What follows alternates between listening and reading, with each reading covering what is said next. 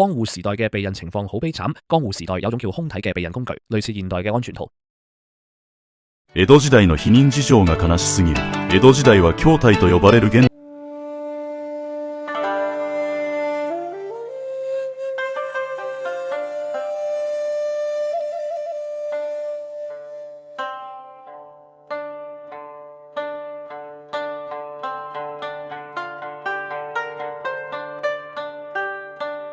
江戶時代嘅避孕情況好悲慘，江戶時代有種叫空體嘅避孕工具，類似現代嘅安全套，材料係動物皮同腸製成，好容易甩，基本冇乜用，戴嘅時候仲好麻煩，搞嚟搞去好唔方便，仲俾人覺得好土，而且價錢唔平唔普及，所以冇廣泛流行。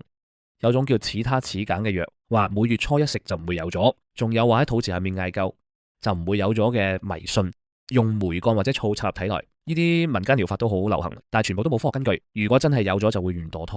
墮胎專家叫中上流，佢哋會用水銀同米粉混合嘅藥，仲有用燈籠果根嘅毒藥嚟幫人墮胎。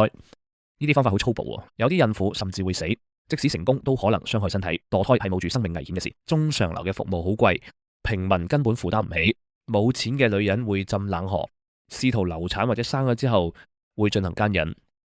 呢啲方法好殘忍，冇機會生存嘅小朋友叫水子，佢哋冇睇過呢個世界。水子同水槽嘅風俗由此而來。傳說伊邪那岐同伊邪那美生嘅第一個仔叫侄子，因為唔健全被流放水中，呢個係其中一個說法。好多水子會葬喺吉原附近，成間寺係佢哋嘅安息地。呢間寺又叫做頭空寺，葬咗超過2萬人，包括幽女同水子，仲有為佢哋供養嘅儀式。呢啲係江戶時代嘅悲劇，反映咗當時嘅社會問題。